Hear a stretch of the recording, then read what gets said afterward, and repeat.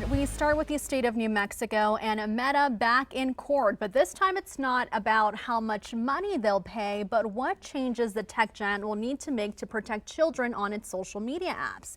KOAT's Peyton Spellacy was in that courtroom today, now joins us live from Santa Fe. Peyton. Yeah, Darlene, so today was opening statements. Now, you may remember back in March, a jury decided what the financial penalty Meta would have to pay. They ordered Meta to pay $375 million in penalties.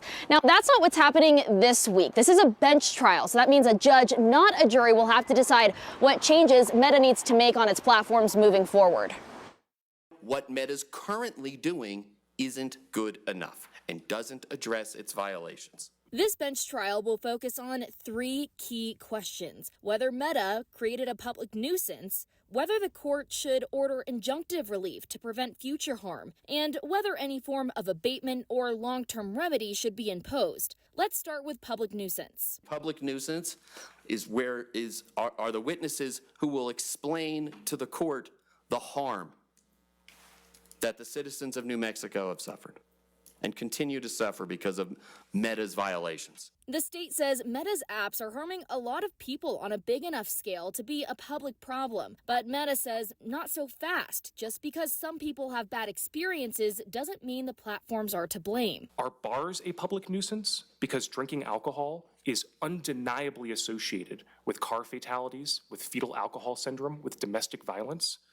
Is fast food a public nuisance? Because it is undeniable that eating processed food and hamburgers contributes to obesity. Now, if a judge agrees Meta's platforms create a public nuisance, the case moves to the next step, which is deciding how to change the app's design. That includes putting limits on things like infinite scroll, keeping teens tied to their phones. The top 1% of teens in New Mexico spend 290 hours a month on Meta's platforms.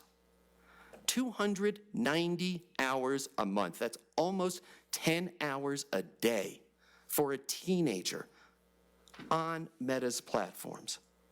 That is far too much, Your Honor. New Mexico has thrown out more than 75 ideas for changes it wants the judge to consider. But the defense says the state hasn't actually shown if the fixes are realistic or even legal. For example, the state wants a system that verifies that users are at least 13 years old to 99% accuracy. Gee, what a great idea. I wish we had thought of that. We did. We tried for 4 years to build that kind of classifier. Yeah, and finally, the judge will have to weigh in on that third leg, the abatement plan. Now, New Mexico is asking for $3.7 billion in mental health programs to help kids who have been harmed by social media through counseling and therapy. Now, Meta says that number is way inflated, and they also say they shouldn't be on the hook for all the ripple effects. And Peyton, you also heard from the state attorney general after opening statements. So what did he have to say? Yeah, Darlene, Attorney General Raul Torres says that Congress really isn't acting on this right now. So that leaves states like New Mexico and California to take matters into their own hands. Now, there also has been a threat that Meta might just leave New Mexico and no longer operate here.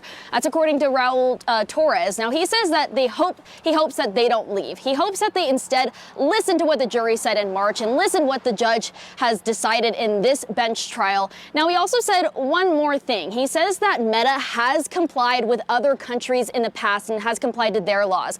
For example, Australia. Australia has banned social media for all kids under the age of 16 years old. He says that if the judge can see that that technology does work and it has been applied, that his decision will be very clear here in New Mexico. Darlene, back to you.